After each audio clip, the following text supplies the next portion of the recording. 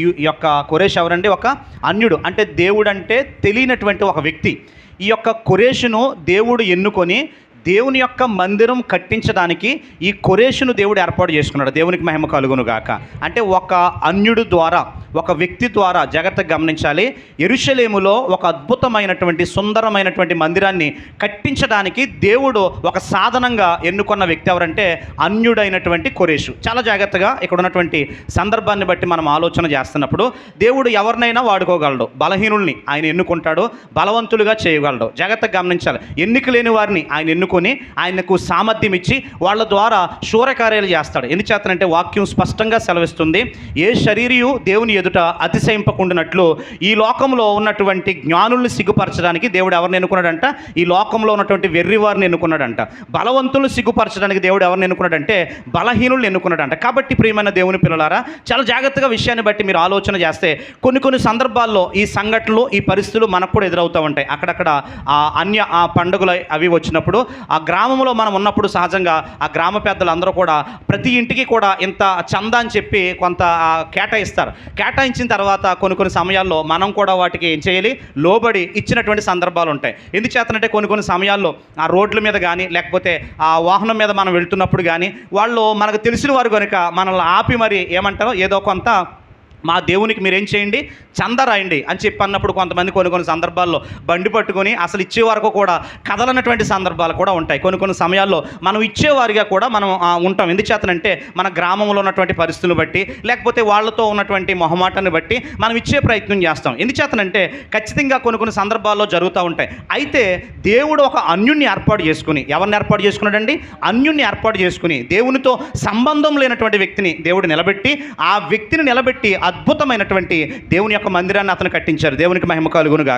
చాలా జాగ్రత్తగా ఆలోచన చేద్దాం. ఇతను ఏ దేశపు రాజు? పారసీకపు దేశపు రాజు. ఏ దేశపు రాజు అండి? పారసీకపు దేశపు రాజు. చాలా జాగ్రత్తగా ఆలోచన చేస్తే నెబుకద్నెజరుకు ఒక కళ వస్తుంది. ఆ కళ గురించి త్వరగా చెప్తే మీకు ఈ వ్యక్తి గురించి అర్థమవుతుంది. ఆ నెబుకద్నెజరుకు వచ్చినటువంటి కళలో ఓ పెద్ద ప్రతిమ కనబడుతుంది.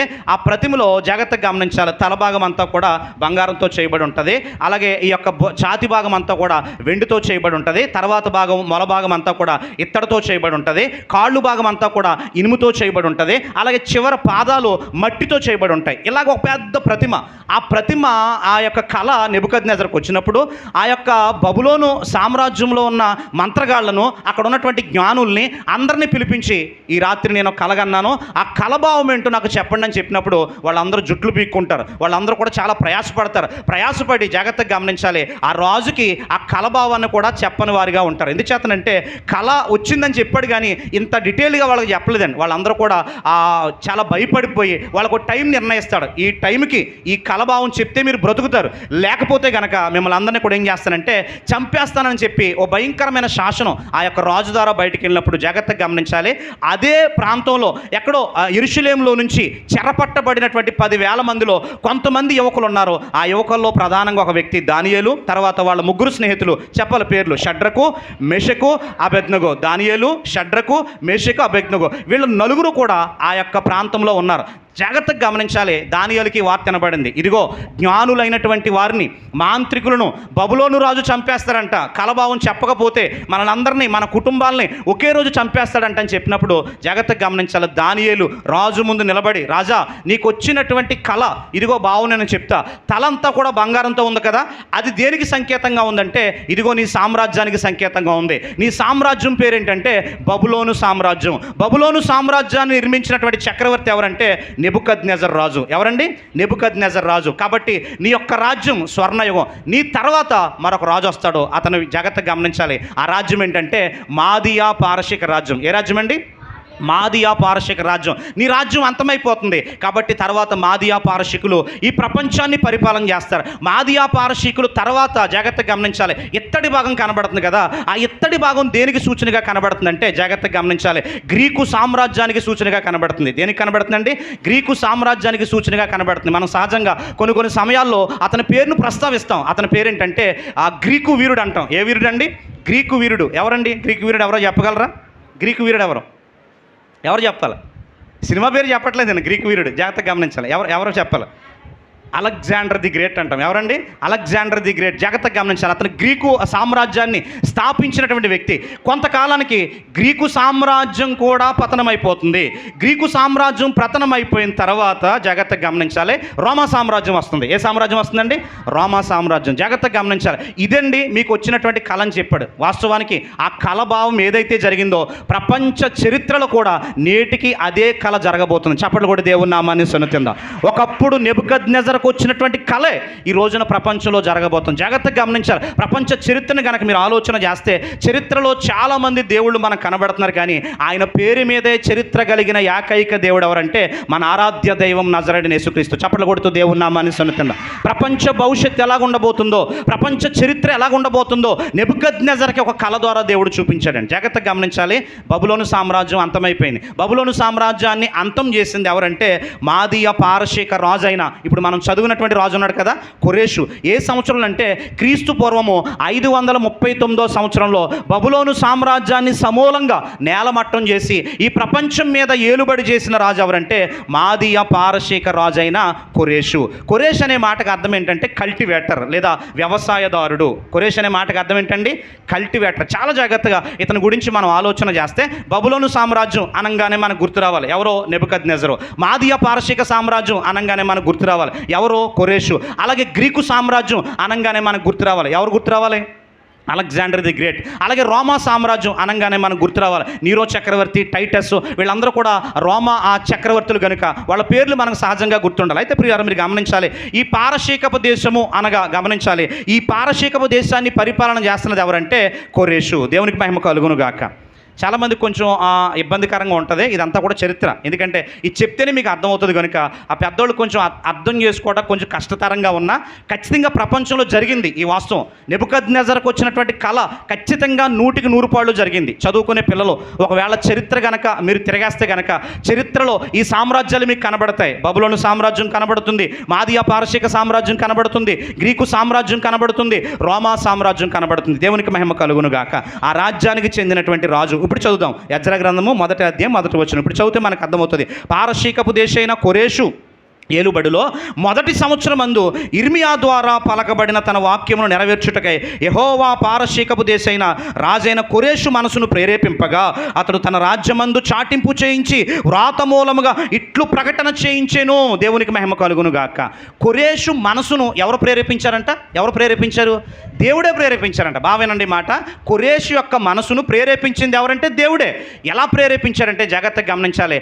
70 సంవత్సరాల పాటు యూదులైనటువంటి వారికి ఆరాధన చేసుకోవడానికి స్థలం లేదు, వాళ్ళకి ప్రార్థనా మందిరం లేదు. వాళ్ళు ప్రార్థన చేయాలంటే మందిరం కావాలి. ఆ మందిరం కట్టబడాలంటే ఒక అన్యురాజును దేవుడు ఏం చేశాడండి? ప్రేరేపించాడు. దేవునికి మహిమ కలుగును గాక. ఆయా పరిస్థితుల్లో సంఘాలు కడుతున్నప్పుడు లేదా మందిరాలు కడుతున్నప్పుడు అనేక మంది అన్యులు ధారాళంగా ఏం చేస్తారంటే కానుకలు ఇస్తారు. చాలా సందర్భాల్లో మనం గమనించాలి. ఎందుచేతనంటే మన మందిరానికి కూడా చాలామంది అన్యులైనటువంటి వారు కానుకలు ఇచ్చినటువంటి సందర్భాలు ఉన్నాయి. ఈ పక్కన ఉన్నటువంటి షెడ్డు ఎవరు ఇచ్చారంటే మనకి గోపి గారు ఇచ్చారు. మనకి ఆయన మందిరానికి వచ్చేవారు కాదు. అయినప్పటికీ కూడా దేవుని మీద ఉన్నటువంటి ప్రేమ చొప్పున దగ్గరగా ఒక 70,000 రూపాయలు ఖర్చు పెట్టి మనకి ఏం చేశారంటే ఈ యొక్క షెడ్డును వారు ఏర్పాటు చేశారు. ఎందుచేతనంటే కొన్ని సమయాల్లో దేవుడు కొంతమందిని ప్రేరేపించి తన పనిని ఆయన జరిపించుకుంటారు. దేవునికి మహిమ కలుగును గాక.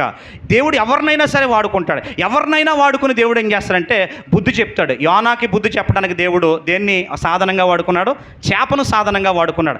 పేతురు గారికి బుద్ధి చెప్పడానికి దేవుడు దేని సాధనంగా వాడుకున్నాడు అంటే కోడిని. ఒక కోడి కుయటం ద్వారా పేతురికి బుద్ధి వచ్చినట్లుగా మనం చూస్తున్నాం. అలాగే ప్రియులారా మీరు గమనించాలి, బిలాముకు బుద్ధి చెప్పడానికి దేవుడు దేన్ని వాడుకున్నాడంటే గాడిదను వాడుకున్నాడు. ఎందుచేతనంటే దేవుడు సాధారణమైన వ్యక్తులను వాడుకొని అసాధారణమైనటువంటి పనులు వారి ద్వారా చేయిస్తాడనే వాస్తవాన్ని గమనించాలి. అయితే ఈ 70 సంవత్సరాలు మందిరం ఎందుకు లేదో చెప్తున్నా, జాగ్రత్తగా వినండి.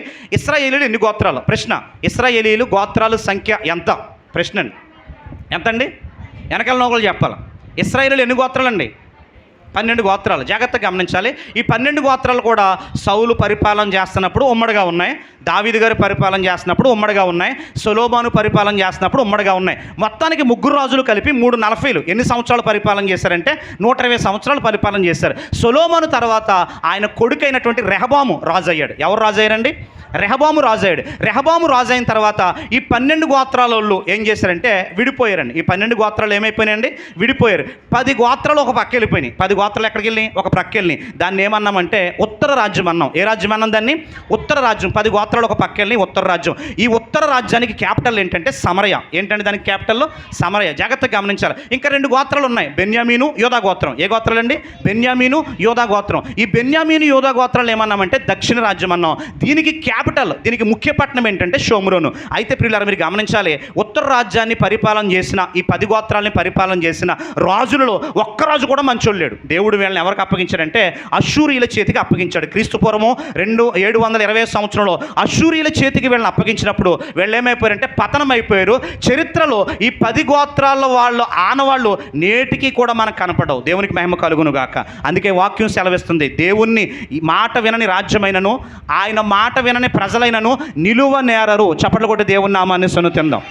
వాళ్ళు ఎంత గొప్పోళ్ళైనా సరే, వాళ్ళు ఎంత అదములైనా సరే, వాళ్ళు ఎంత గొప్ప గొప్ప ఆధిక్యతలు ఉన్న వాళ్ళైనా సరే, మాట వినకపోతే గనక వాళ్ళ పతనం అయిపోయినట్లుగా ఈ 66 పుస్తకాల్లో మనకు కనబడుతుంది. చాలా జాగ్రత్తగా ఆలోచన చేస్తే ఇంకా ఈ 2 గోత్రాలు ఉన్నాయి. దీన్ని ఏమన్నాం మనం? దక్షిణ రాజ్యం అన్నాం. ఏమన్నామండి దీన్ని?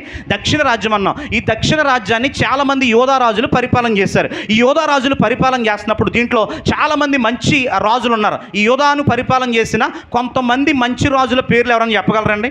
కొంతమంది మంచి రాజులు, యోధా గోత్రాలను లేదా ఈ యోధా దేశాన్ని పరిపాలన చేసిన కొంతమంది మంచి రాజులు పేర్లు చెప్పగలరు ఎవరైనా? కొన్ని పేర్లు చెప్పండి, మీకు తెలిసిన పేర్లు. కొంచెం కష్టమే, ట్రై చేయండి మొత్తం మీద. కాసేపటికి ఆడే కక్తాడు అన్నాడు చూడొద్దు, నేనే చెప్తే జాగ్రత్త వినండి. యెహోషువపాతు యోధారాజు. యెహోషువపాతు ఎవరండి? యోధారాజు. హిజ్కియా ఎవరండి? యోధారాజు. అలాగే ఆష ఎవరండి? యోధారాజు. అలాగే యెషయా ఎవరండి? యోధారాజు. వీళ్ళందరూ కూడా యోధారాజులు, మంచి రాజులు అనమాట. కాబట్టి దావీదుకు ఒక మాట ఇచ్చాడు, దావీదు ఇదిగో నిన్ను బట్టి నీ సింహాసనాన్ని కాపాడుతా, ఇదిగో నీలో నుంచి నేను పుడతా కనుక. ఖచ్చితంగా గమనించాలి, ఆ యోధా గోత్రాన్ని కంటికి రెప్పలా కాపాడింది ఎవరంటే దేవుడే. చెప్పలు కూడా దేవుని నామాన్ని సన్నతి. ఇప్పుడు ఈ యోధా గోత్రాన్ని పాడు చేయడానికి ఈ యొక్క బబులోను సామ్రాజ్యం నుంచి ఒక రాజు వచ్చాడు. ఆ రాజు పేరు ఏంటంటే, ఏం పేరండి? బబులోను సామ్రాజ్యాన్ని పరిపాలన చేసిన రాజు. చెప్పండి, నేను చెప్పిన అన్నీ కూడా అడుగుతున్నాం మళ్ళీ. అంటే మీరు ఎంతవరకు ఉంటున్నారని. వచ్చే తుఫాను గురించి ఆలోచన చేస్తున్నారు చాలామంది. వాతావరణం మారుతుంది, పరిస్థితులు అన్నీ కూడా ఎలా ఉంటాయో, సంతకెళ్ళి ఇప్పుడే తెచ్చుకోవాలి మొత్తం అన్నీ కూడా అనుకుంటున్నారండి చాలామంది. ఈ యొక్క బబులోను సామ్రాజ్యాన్ని పరిపాలన చేసింది నెబుకద్నెజరు. ఎవరండి? నెబుకద్నెజరు. ఈ 70 సంవత్సరాల చెర వాళ్ళు వెళ్ళడానికి కారణం ఎవరంటే నెబుకద్నెజరు. ఇప్పుడు ఈ యొక్క యోధా రాజ్యాన్ని పరిపాలన చేస్తున్నప్పుడు దేవుడు అంట కొంతమంది ప్రవక్తల్ని పెందలకడే పంపాడంట. ఎక్కడ పంపాడండి? పెందలకడనే పంపే, ఇదిగో మన దేశం మీదకి ఉగ్రత రాబోతుంది, మన దేశం పాడైపోబోతుంది, ఇదిగో దేవుని మాట మీరు వినండి, మాట వింటే మీరు బ్రతుకుతారు అని చెప్పి ప్రవక్తలను పంపితే అక్కడ ఉన్నటువంటి యోధా ప్రజలు ఏం చేశారు తెలుసా? ఆ ప్రవక్తల్ని అవహేళన చేశారంట, ఆ ప్రవక్తలను తోలనాడారంట, ఆ ప్రవక్తలను చూసి నవ్వుకున్నారంట. కాబట్టి దేవుని ఉగ్రత బయలుదేరింది. తూర్పు దేశం నుండి బబులోను సామ్రాజ్యాన్ని పరిపాలన చేస్తున్న ఆ యొక్క నెబుకద్నెజరు యోధా దేశం మీదకి వచ్చాడండి. యోధా దేశం మీదకి వచ్చి లక్షల మంది పిల్లలను చంపేశాడు. ఎంతమంది పిల్లలండి? లక్షల మంది పిల్లలను చంపేశాడు. పెద్దోళ్ళని కానీ ముసలోళ్ళని కానీ కనికరం లేకుండా కత్తి చేత వాళ్ళని చంపేసి 10,000 మందిని ఆ దేశం తీసుకుపోయాడు. ఆ 10,000 మందిలో ఉన్నోళ్లే ఇందాక నేను మాట్లాడిన దానియేలు, షడ్రకు, మేషకు, అబేద్నెగో. వాళ్ళు ఆ దేశంలో ఉండి దేవుని యొక్క నామాన్ని బలంగా ప్రకటించారు ప్రతికూల పరిస్థితుల మధ్య. దేవునికి మహిమ కలుగునుగా. ఇప్పుడు బబులోను చెరలోకి వెళ్ళిపోయారు. ఎక్కడికి వెళ్ళిపోయారండి? బబులోను చెరలోకి వెళ్ళిపోయారు. ఇప్పుడు బబులోను రాజు అయిన నెబుకద్నెజరు కూడా ఏమైపోయాడు? చనిపోయాడు. తర్వాత బబులోను తర్వాత రెండో రాజ్యం ఎవరిదే? మాదియా పారశీక రాజ్యం. ఈ మాదియా పారశీక రాజ్యాన్ని పరిపాలన చేస్తున్న కొరేషు. అటు తిరిగి ఇటు తిరిగి మళ్ళీ అక్కడికి వస్తుంది. అందుకే వినండి జాగ్రత్తగా. ఈ కొరేషు అంటున్నాడు కదా, మీకు 70 సంవత్సరాల నుంచి ఏం లేదు, మందిరం లేదు, కాబట్టి మందిరం అంటే మీకు బాగా ఆసక్తి, దేవునితో మీరు సహవాసం చేయడం అంటే ఇష్టం కనుక దేవుడు నాకు అధికారాన్ని ఇచ్చాడు, దేవుడు నాకు శక్తినిచ్చాడు, దేవుడు నాకు బలాన్ని ఇచ్చాడు, ఇదిగో మీతో నేను మాట్లాడుతున్నా, మీ దేశమంతా కూడా చాటింపు వేస్తున్నా. ఒక మాట మీకు చెప్తున్నా, జాగ్రత్తగా వినండి. మీ దేశం మీదకి ఒక రాజు దండెత్తి వచ్చాడు. ఆ రాజు పేరు ఏంటంటే నెబుకద్నెజరు. నెబుకద్నెజరు దండెత్తి వచ్చి మీ దేశంలో ఉన్నటువంటి దేవాలయాన్ని పాడు చేసి అక్కడుండే బంగారాన్ని, అక్కడుండే వెండిని, అక్కడుండే పాత్రల్ని అన్నిటినీ కూడా తీసుకొచ్చాడు కనుక వాటన్నిటినీ నేను మళ్ళా తిరిగి మీకు ఇస్తా. కాబట్టి మీరు వెళ్ళి ఏం చేయండి, మీ ఊరెళ్ళి మందిరం కట్టుకోండి అన్నాడు. చప్పట్లు కొట్టి దేవుని నామాన్ని సన్నుతిందాం. ఈ మాట అన్నది ఎవరో తెలుసా? క్రైస్తవుడు కాదండి. ఈ మాట అన్నది యూదులు అంతకంటే కాదు. ఈ మాట అన్నది ఎవరంటే ఒక అన్యుడు. దేవునికి మహిమ కలుగునుగా. యేసుక్రీస్తు పరిచర్య చేస్తున్న కాలంలో సమాజ మందిరాన్ని కట్టించాడు ఒక అన్యుడైనటువంటి శతాధిపతి. ఎవరండి? శతాధిపతి ఒక మందిరాన్ని కట్టించాడు. మందిరంతో సంబంధం లేకపోయినా అతను రోమా పట్టణంలో రోమా సామ్రాజ్యం నుండి రోమీయుడిగా అధికారం క్రింద ఉన్నటువంటి ఆ యొక్క వ్యక్తి దేవుని పిల్లల కోసం మందిరాన్ని కట్టించాడు. దేవునికి మహిమ కలుగునుగా. చాలామంది అండి చాలా విషయాన్ని గమనించాలి. మందిరానికి రాకపోయినా దేవుడు అంటే ఇష్టమైనటువంటి కుటుంబాలు ముంజవరంలో చాలానే ఉన్నాయి. నమ్మిన వాళ్ళు దేవుని స్తోత్రం చెప్పండి. అక్కడక్కడ నేను కొన్ని సమయాల్లో వెళ్తున్నప్పుడు అక్కడక్కడ చూస్తున్నప్పుడు నాకు ఆశ్చర్యం అనిపిస్తుంది. ఎందుచేతనంటే రావడానికి కొన్ని ఆటంకాలు ఉన్నాయి, రావడానికి కొన్ని ఇబ్బందులు ఉన్నాయి, కానీ దేవుడు ఎవరో వాళ్ళకి తెలుసు. అనేక సందర్భాల్లో అనేక పర్యాయాలు ఈ మందిర పరిచయను ప్రోత్సహించడానికి కూడా వాళ్ళు వెనకాడినటువంటి వ్యక్తులుగా కనబడుతున్నారు. ఎందుచేతనంటే ఒక అన్యుల ద్వారా దేవుడు తన బలమైనటువంటి పనిని చేయించుకుంటాడు. దేవునికి మహిమ కలుగును గాక. దేవునికి అసాధ్యమైన కార్యం లేదు. ఎందుచేతనంటే దేవుడు ఎవరినైనా వాడుకుంటాడు. ఎందుచేతనంటే కొన్ని సమయాల్లో అనుకుంటాం, నాకు సామర్థ్యం ఉంది కాబట్టి, నాకు బలం ఉంది కాబట్టి, నాకు తెలివి ఉంది కాబట్టి దేవుడు నన్ను వాడుకుంటున్నాడేమో అని చెప్పి కొన్ని సమయాల్లో మనం గర్వంగా ఆలోచనలు కలిగి ఉంటాం. ప్రియులారా, మీరు గమనించాలి, దేవుడు ఒక అసాధారణమైన వ్యక్తిని, ఒక ఎన్నికలేనటువంటి వ్యక్తిని, బలహీనమైన వ్యక్తిని కూడా నిలబెట్టి అద్భుతంగా దేవుడు వాడుకోగలడు. చప్పట్లు కూడా దేవుని నామాన్ని సన్నుతుందా. ఇది దేవుని యొక్క మనసు, దేవుని యొక్క ప్రేమ అంత గొప్పదనే వాస్తవాన్ని గమనించాలి. అయితే అతను ఏమేమి మాట్లాడాడో చూద్దాం. తన వాక్యమును 2వ వచనం, పారసీకపు దేశైన రాజైన కొరేషు ఆజ్ఞాపించున్నదేమనగా, ఆకాశమందలి దేవుడైన యెహోవా లోకమందున్న సకల జనులను నా వశము చేసి యోధాదేశమందున్న యెరూషలేములో తనకు మందిరము కట్టించుమని నాకు ఆజ్ఞ ఇచ్చుచున్నాడు. దేవునికి మహిమ కలుగును గాక. ఎందుచేతనంటే దేవుని యొక్క మాటకు ఇతను లోబడ్డాడో లేదంటారా? లోబడ్డాడు ఖచ్చితంగా. అందుకే బలులు అర్పించడం కంటే మాట వినడం శ్రేష్టం. అందరూ చెప్పండి మాట. బలులు అర్పించడం కంటే మాట వినడం శ్రేష్టం. ఒకసారి ఆ సౌలు మహారాజు అమాలేకీల మీదకి యుద్ధానికి వెళ్తాడు. అమాలేకీల మీదకి యుద్ధానికి వెళ్ళినప్పుడు అక్కడుండే ప్రవక్త, సమూయేలు ప్రవక్త అంటాడు, అమాలేకీలతో యుద్ధం చేసిన తర్వాత ఆ దేశాన్ని మొత్తం నాశనం చేయి, అక్కడి నుంచి ఏది కూడా నువ్వు ఇంటికి తెచ్చుకోకు. ఎందుకంటే అమాలేకీలు అనేవాళ్ళు దేవునికి అవహేళన చేసేవాళ్ళు, వాళ్ళ శత్రువులు కనుక అక్కడి నుంచి ఏమీ తెచ్చుకోకని చెప్పి స్పష్టంగా సౌలుతో చెప్తే, సౌలు యుద్ధం చేసిన తర్వాత, యుద్ధం ముగిసిపోయిన తర్వాత అక్కడ ఉన్న వాళ్ళందరినీ చంపేసి అక్కడి నుంచి కొన్ని గేదెలు, కొన్ని ఆవులు, కొన్ని పశువులు తెచ్చుకుంటాడు. బలమైనటువంటివి అనమాట. ఇవి ఎలాంటివి? బలమైనటువంటి, అంటే ఇంచుమించుగా రోజుకి ఒక 10 లీటర్ల పాలు ఇచ్చే మంచి పాడిని అతను ఏం చేస్తాడంటే ఆ రాజ్యంలోకి తెచ్చుకుని లోపల పెడతాడు. లోపల పెట్టిన తర్వాత సమూయేలు వస్తాడు. యుద్ధం ముగిసిపోయిన తర్వాత సమూయేలు వచ్చి సౌలు దగ్గరికి వచ్చి, సౌలా అమాలేకీలతో యుద్ధం చేసావా? యుద్ధం చేశా. మరి జాగ్రత్తగా దేవుడు అన్ని విషయాల్లో తోడై ఉన్నాడు కదా, అన్ని విషయాల్లో తోడై ఉన్నాడు అని చెప్పి సమూయేలు వెనక్కి తిరిగి వెళ్తాడండి. వెనక్కి తిరిగి వెళ్తూ ఉంటే ఆ వెనకాలండే పెరట్లోంచి గేదెలు, ఆవులు అక్కడుండే అరుస్తూ ఉంటాయి. అరుస్తూ ఉన్నప్పుడు జాగ్రత్తగా గమనించాలి. సమూయేలు వచ్చి అంటాడు, ఎక్కడి నుంచి తెచ్చుకున్నావు వీటిని అంటాడు. ఎక్కడి నుంచి వచ్చినాయి అంటే, అయ్యా ఇవి కొన్ని బాగున్నాయని చెప్పి, ఏంటండి కొన్ని బాగున్నాయని చెప్పి ఎక్కడి నుంచి తెచ్చుకున్నాను? అమాలేకీల ప్రాంతం నుంచి వీటిని తెచ్చుకున్నానని చెప్పినప్పుడు సమూయేలు అంటాడు, ఇదిగో నువ్వు దేవుని మాట వినలేదు కాబట్టి నీ రాజ్యము త్వరలోనే పతనమైపోతుంది. చప్పట్లు కొట్టి దేవుని నామాన్ని సౌలు గొప్ప రాజే, సౌలు చాలా జ్ఞానం కలిగినోడే, సౌలు చాలా యుద్ధశూరుడే. కానీ ప్రియులారా, మీరు గమనించాలి, దేవుని యొక్క మాట వినలేదు కాబట్టి ఆ రాజ్యం ఏమైపోయిందంటే పతనం అయిపోయిందనే వాస్తవాన్ని గమనించాలి. ఇతను అంటున్నాడు కదా, దేవుడు నాకు ఆజ్ఞాపించాడు, దేవుడు నాతో మాట్లాడాడు, ఈ సకల దేశాల ప్రజల్ని నా చేతికి అప్పగించాడు కాబట్టి ఆకాశమందున్న ఆ దేవునికి మందిరం కట్టే బాధ్యత నాకు అప్పగించాడు. అంతకంటే గొప్ప ధన్యత ఏముందని చెప్పి అతను ఎంత అద్భుతంగా దాన్ని స్వీకరించాడో చూద్దాం. 3వ వచనం చూద్దామండి. కావున మీలో ఎవరు ఆయన జనులై ఉన్నారో వారు యోధా దేశమందు యెరూషలేమునకు బయలుదేరి యెరూషలేములోని దేవుని మందిరమును, అనగా ఇశ్రాయేలీయుల దేవుడైన యెహోవా మందిరమును కట్టవలెను, వారు దేవుడు వారికి తోడయుండెను. చప్పట్లు కొట్టి దేవుని నామాన్ని సన్నుతిందాం. అయ్యా 70 సంవత్సరాలు మీరు మందిరానికి దూరం అయ్యారు, 70 సంవత్సరాలు మీరు ఆరాధనకు దూరం అయ్యారు. ఇదిగో మీరు చాలా బాధలు పడుతున్నారు. అయితే మీ బాధల్ని మీ దేవుడు చూశాడు. మీ దేవుడు చూసి నన్ను ప్రేరేపించాడు, నన్ను బలపరిచాడు కనుక మీరు వెళ్ళండి, అక్కడికి వెళ్ళి మీరు ఏం చేయండి, చక్కటి మందిరాన్ని కట్టుకుని అక్కడ మీరు ఆరాధన చేయండి అని చెప్తున్నాడు. చూడండి 4వ వచనం. మరియు యెరూషలేములో నుండి దేవుని మందిరమును కట్టించుటకై స్వేచ్ఛార్పణలు గాక ఆయా స్థలములలోని వారు తమ యొద్ద నివసించు వారికి వెండి బంగారములు వస్తువులను పశువులను ఇచ్చి సహాయము చేయవలనని ఆజ్ఞాపించెను. దేవునికి మహిమ కలుగును గాక. ఆ రాజు చెప్పిన మాట ఏంటో తెలుసా? ఇదిగో మన మధ్య యోధా ప్రజలు ఉన్నారు, ఆ యోధా ప్రజలు దేవుని మందిరం కట్టడానికి వెళ్తున్నారు, మీ దగ్గర ఏదైతే మీరు కలిగి ఉన్నారో ఆ బహుమానాలు అన్నీ కూడా వారికి ఇచ్చి పంపించండి, ఆ బహుమానాలు ఇచ్చి దేవుని మందిర పరిచయను మీరు ప్రోత్సహించండి అని చెప్పి అక్కడ ఉన్నటువంటి స్థానికులు కూడా ఆయన చెప్పినట్లుగా చూస్తున్నాం. 5వ వచనం చూద్దాం. అప్పుడు యోధా పెద్దలను, బెన్యామీనుల పెద్దలను, యాజకులను, లేవీలను ఎవరెవరి మనసును దేవుడు ప్రేరేపించునో, దేవునికి మహిమ కలుగును గాక. ఏమంటే దేవునికి ఏదైనా ఇవ్వాలంటే గనక ఎవరో చెప్తే చేయరని, దేవుడే వారి మనసును ఏం చేయాలి?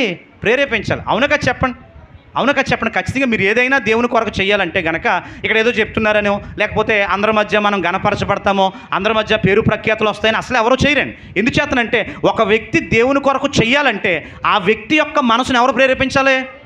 దేవుడే ప్రేరేపించాలి. ఎందుకు చేస్తానంటే మన మందిరంలో జరుగుతున్న పరిచర్య క్రమాన్ని ఆలోచన చేస్తున్నప్పుడు, ఏదైనా ఒక పని చేయాలన్నప్పుడు ఆ పని కొరకు అనేక కుటుంబాలు ప్రేరేపించబడుతున్నాయి. చప్పట్లు కూడా దేవుని నామాన్ని సన్నుతిందాం. అద్భుతంగా ప్రేరేపించబడుతున్నాయి. ఇది ఎవరు ముఖస్థుతి కోసమో, లేకపోతే ఎవరి మధ్య మనం గణపరచడం కోసమో కాదు, కానీ దేవుడే ప్రేరేపించాలి. ఎందుకు చేస్తానంటే ఈ అన్య రాజు అయినటువంటి కొరేషును ఎవరు ప్రేరేపించారంటే దేవుడే ప్రేరేపించాడు. దేవునికి మహిమ కలుగును గాక.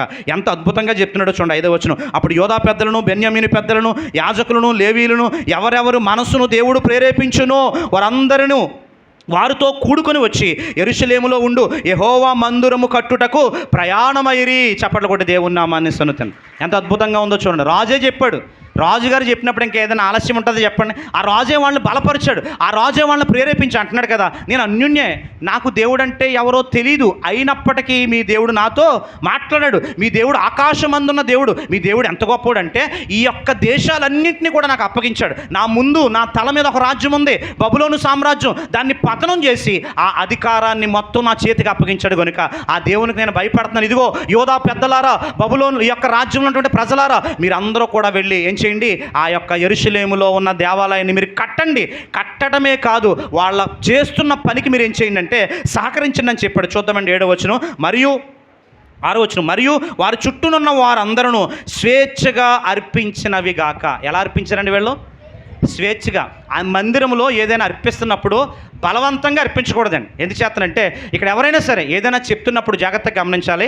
ఒక మాట మీతో మాట్లాడుతున్నప్పుడు అది దేవుడు మిమ్మల్ని ప్రేరేపిస్తేనే చేయాలి. జాగ్రత్తగా గమనించాలి. ఎవరు ప్రేరేపిస్తేనే? దేవుడు మిమ్మల్ని ప్రేరేపిస్తేనే చేయాలి. అంతే తప్ప ఇదిగో పలానా కుటుంబానికి ఎంత, లేకపోతే పలానా ఇల్లుకి ఎంత, లేకపోతే పలానా వ్యక్తికి ఎంత అని మనం డిమాండ్ చేయడానికి ఏమాత్రం కూడా సరిపోమని. ఎందుకంటే కొంతమంది దగ్గర ఉండొచ్చు, లేకపోతే కొంతమంది దగ్గర లేకపోవచ్చు. అయితే ఒకవేళ కనుక నిజంగా కనుక మిమ్మల్ని దేవుడు ప్రేరేపిస్తే ఖచ్చితంగా ఆ యొక్క మందిర పరిచర్యకి ఇచ్చే ప్రయత్నం చేస్తాం. ఎందుకు చేస్తానంటే కానుక మీద ఎవరి ఒత్తిడి ఉండకూడదు. జాగ్రత్తగా వినండి మాట. మనం వేసే కానుక మీద, మనం వేసే స్వేచ్ఛాపూర్వక అర్పణల మీద ఎవరి ఒత్తిడి అనేది ఉండకూడదు. ఎందుకు చేస్తానంటే దేవుడు మనల్ని ప్రేరేపిస్తేనే దాన్ని మనం చేయగలగం. దేవునికి మహిమ కలుగును గాక. ఇక్కడ అంటున్నాడు కదా, వారికి సహాయం చేసిరి. మరియు 7వ వచనం. నెబుకద్నెజరు యెరూషలేము నుండి తీసుకుని వచ్చి తన దేవతల యొక్క గుడి అందించిన యెహోవా మందిరపు ఉపకరణలను రాజైన కొరేషు బయటికి తెప్పించెను. చప్పట్లు కొట్టి దేవుని నామాన్ని సన్నుతిందాం. ఇది చాలా అద్భుతమైన మాట. ఎందుకు అద్భుతమైన మాట అంటే భావిందాం. ఒక 5 నిమిషాలు ముగిస్తా. నెబుకద్నెజర్ అండి ఈ యొక్క యూదా ప్రాంతం మీదకి వచ్చి అందరినీ కూడా చంపేసి వెళ్తూ ఏం చేశాడంటే దేవాలయాన్ని మొత్తాన్ని పడగొట్టాడు. ఇప్పుడు ఉదాహరణకి మన సన్నిధిలో దేవుని మందిరంలో ఏమున్నాయి? బాక్సులు ఉన్నాయి, ఈ యొక్క ఎలక్ట్రానిక్ వస్తువులు ఉన్నాయి, లేకపోతే కొన్ని పరికరాలు ఉన్నాయి, వంట పాత్రలు ఉన్నాయి మన మందిరంలో అనుకుందాం. జాగ్రత్తగా గమనించాలి. అయితే యెరూషలేములో ఉన్నటువంటి దేవాలయంలో ఏమున్నాయంటే ఆ గోడలు కడుతున్నప్పుడు అంట ఇటకి మధ్య మనం సిమెంట్ పెడతాం కదా, ఇటకి మధ్య ఏం చేశారంటే బంగారం ఉంచారంట. ఏమి ఉంచారండి? బంగారం ఉంచారంట. బంగారం ఉంచి ఆ యొక్క యెరూషలేము దేవాలయాన్ని కట్టించారు. ఇప్పుడు నెబుకద్నెజరు దేవాలయాన్ని మొత్తాన్ని పడగొట్టి ఆ రాళ్ళన్నీ కూడా ఒలిచినప్పుడు ఆయనకి ఏం దొరికిందంటే బంగారం దొరికిందండి. ఆ బంగారాన్ని అంతా ఎక్కడ తీసుకుపోయాడు? బబులోను దేశం తీసుకుపోయి ఆ దేశంలో వాళ్ళ దేవత యొక్క విగ్రహాల ముందు ఉంచాడండి. అంటే దేవుని సన్నిధిలో ఉండాల్సినటువంటి పవిత్రమైనటువంటి పరికరాల్ని, పవిత్రమైనటువంటి ఉపకరణాలని ఎక్కడ తీసుకెళ్ళి పెట్టాడంటే బబులోనులో దేవతల యొక్క మందిరంలో ఉంచాడు. కాబట్టి ఇప్పుడు అవన్నీ కూడా ఎవరు తీసుకొస్తున్నారంటే వెనక్కి రాజైనటువంటి కొరేషు. చప్పట్లు కొట్టి దేవుని నామాన్ని సన్నుతిందాం. ఒక అన్యరాజును దేవుడు ప్రేరేపించి, ఒక అన్యరాజును దేవుడు అభిషేకించి తన పని కొరకు ఎంత సమర్థవంతంగా వాడుకుంటున్నాడో మనం ఆలోచన చేద్దాం. చూద్దామండి 7వ వచనం. మరియు నెబుకద్నెజరు యెరూషలేములో నుండి తీసుకువచ్చి తన దేవతల యొక్క గుడి అందించిన యెహోవా మందిరపు ఉపకరణములను రాజైన కొరేషు బయటకు తెప్పించెను. జాగ్రత్తగా గమనించాలి. 8వ వచనం. పారసీక దేశపైన రాజైన కొరేషు తన ఖజానాదారుడైన మిత్రిదాతు ద్వారా వాటిని బయటకు తెప్పించి లెక్క చేయించి యూదులకు అధిపతియగు ఎవరండి అతని పేరు? షేష్బజ్జరు చేతికి అప్పగించెను. తన ఖజానాదారుడు ఉన్నాడు. ఎవరు ఖజానాదారుడు? కొరేషు యొక్క ఆర్థిక మంత్రి. మనకి ఆ ఫైనాన్స్ మినిస్టర్ ఉంటారు తెలుసా మనకి? మన ఆంధ్రప్రదేశ్కి ఫైనాన్స్ మినిస్టర్ ఉంటారు. ఆ ఫైనాన్స్ మినిస్టర్ ఏం చేస్తారంటే ఈ సంవత్సరం ఎంత ఖర్చు పెట్టాలో అతని దగ్గర ఒక లెక్కలు ఉంటాయి. ఆ లెక్కల ప్రకారం ఏం చేస్తాడో ఖర్చు పెడతాడు. విద్యకి ఎంత, వైద్యానికి ఎంత, లేకపోతే ఆ సంక్షేమ పథకాలకి ఎంత, ఇలా ఖర్చు పెడతాడు. అలాగే కొరేషు దగ్గర ఒక వ్యక్తి ఉన్నాడు. అతని పేరు ఏంటంటే మిత్రిదాతు. ఆ మిత్రిదాతు ద్వారా జాగ్రత్తగా గమనించాలి, ఆ యొక్క ఖజానా అంతా కూడా లెక్కించాడు. ఏం లెక్కించాడండి? ఖజానా అంతా కూడా. అరే మందిరం కట్టాలంటే చాలా అవుతుంది, కాబట్టి మన దగ్గర ఎంత ఉందో మొత్తం అంతా కూడా లెక్క పెట్టంటే అతని దగ్గర ఉన్నటువంటి ఉపకరణాలన్నీ లెక్కపెట్టి ఎవరి చేతికి అప్పగించాడంటే యూదుల యొక్క అధిపతి అయిన షేష్బజ్జరు చేతికి అప్పగించాడు. చూద్దామండి 9వ వచనం. వాటి యొక్క లెక్క 30 బంగారపు పళ్ళెములు. ఎంతంట? ఏమండి, చిన్నది వెండి గిన్నె ఉంటేనే మనం మామూలుగా ఉండదు. ఇంకా అడవడి వెండి గిన్నె చిన్నదండి. అన్నం ప్రాసన సమయంలో వెండి గిన్నె తెస్తాం కదా, ఆ వెండి గిన్నె ఉంటే 4-5 సార్లు చూస్తాం, ఎవడన్నా పట్టిపోతాడు, జేబులు వేసిపోతాడని చెప్పి, బల్ల మీద ఉందా లేకపోతే ఎవరైనా తీస్తారని చెప్పి. ఇక్కడ ఎన్ని ఉన్నాయంటే చూడండి, ఇక్కడ ఎంత అద్భుతంగా ఉందో చూడండి. వాటి యొక్క లెక్క 30 బంగారపు పళ్ళెములను. అందరూ చూద్దామండి. 1000 వెండి పళ్ళెములను, 29 కత్తులను, 30 బంగారపు గిన్నెలను, 410 వెండితో చేయబడిన 2వ రకమైన గిన్నెలను, మరి ఇతరమైన ఉపకరణలను 1000 అయి ఉండెను. బంగారపు వస్తువులను, వెండి వస్తువులు అన్నీ 5400. ఎంతంట? 5400. ఒక బంగారపు పళ్ళెం కనుక మన ఇంట్లో ఉంటే మనం కోటేశ్వరమే. అవునుగా చెప్పండి. ఎంతండి? గ్రాము 12,500 వేళ. ఎంతండి గ్రాము? ఎంతండి? 12,500. ఎక్కడో 1800 2000 రూపాయలు ఉండిపోయి చాలామంది. ఎంతండి? 12,250 రూపాయలు. ఆలోచన చేయండి. ఒక పళ్ళెం ఉంటేనే ఇంకా కోటేశ్వరులు అనమాట. ఒకవేళ మీ దగ్గర వడ్డానం కనుకుంటే ఇంకా అద్భుతం అనమాట. జాగ్రత్తగా గమనించాలి. ఇక్కడ ఎంత ఉందంటే ఇంచుమించుగా ఉన్నాయి ఏంటంటే 5,400 అండి మొత్తానికి కలిపి. ఎంతంటే 5,400. ఇవన్నీ కూడా ఇచ్చింది ఎవరో? ప్రశ్న. ఇవన్నీ కూడా ఇచ్చింది ఎవరో? ఒక అన్యుడైన కొరేషు. దేవునికి మహిమ కలుగునుగా. ఎంత అద్భుతమైన దేవుడో చూడండి మన దేవుడు. ఎవరైతే దేవునికి వ్యతిరేకంగా మాట్లాడతారో, ఎవరైతే దేవునికి వ్యతిరేకంగా ఉంటారో వారి ద్వారా దేవుడు పనులు చేస్తాడంట. చప్పట్లు కొట్టి దేవుని నామాన్ని సన్నిధి. ఎంత అద్భుతంగా ఉందో చూడండి. అరే నా దగ్గర ఉన్నాయే కాదు, ఒకప్పుడు మీ మందిరంలో నుంచి ఆ యొక్క బబులోను అధిపతి నెబుకద్నెజరు పట్టుకుపోయాడు కదా, అవన్నీ నేను మీకు ఇస్తా. ఎంతెంత ఉన్నాయో లెక్కలు చూడండి, ఎంతెంత ఉన్నాయో కావాలో మీరు చూడండి. అవసరం అనుకుంటే నాది కూడా మీకు ఇస్తా. కాబట్టి యెరూషలేము దేవాలయం అద్భుతంగా నిర్మించబడాలని చెప్పి అంటున్నాడు కదా.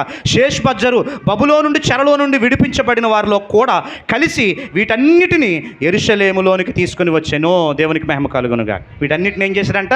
యెరూషలేములోకి తీసుకుని వచ్చాను. ఎందుకు చెప్తున్నానంటే రాజు గురించి, ఈ యొక్క రాజు దేవుని చేత అభిషేకించబడ్డాడు, దేవుని చేత ప్రేరేపించబడ్డాడు, దేవుని యొక్క ఆజ్ఞను శిరసా వహించాడు. అలాగే తనకు అప్పగించినటువంటి పనిని అద్భుతంగా చేశాడు. అందుకే అన్య రాజులందరి పేర్లు దేవుడు రాయలేదు, కానీ ఈ రాజుగారి పేరు రాశారు. ఎందుకు రాశారు తెలుసా? దేవుని యొక్క పనిని సమర్థవంతంగా నిర్ణయించినటువంటి వ్యక్తి ఎవరంటే కొరేషు. దేవునికి మహిమ కలుగునుగాక. దేవుడి మాటలు దీవించునుగాక. వాస్తవానికి కరెంటు మనకి ఇందాక నుంచి మనకి లేదు. మొత్తానికి కరెంటు మనకి ఇబ్బందికరంగా ఉన్న తుఫాను కదా, ముందే తీస్తుంటారు మన వాళ్ళు మొత్తం మీద.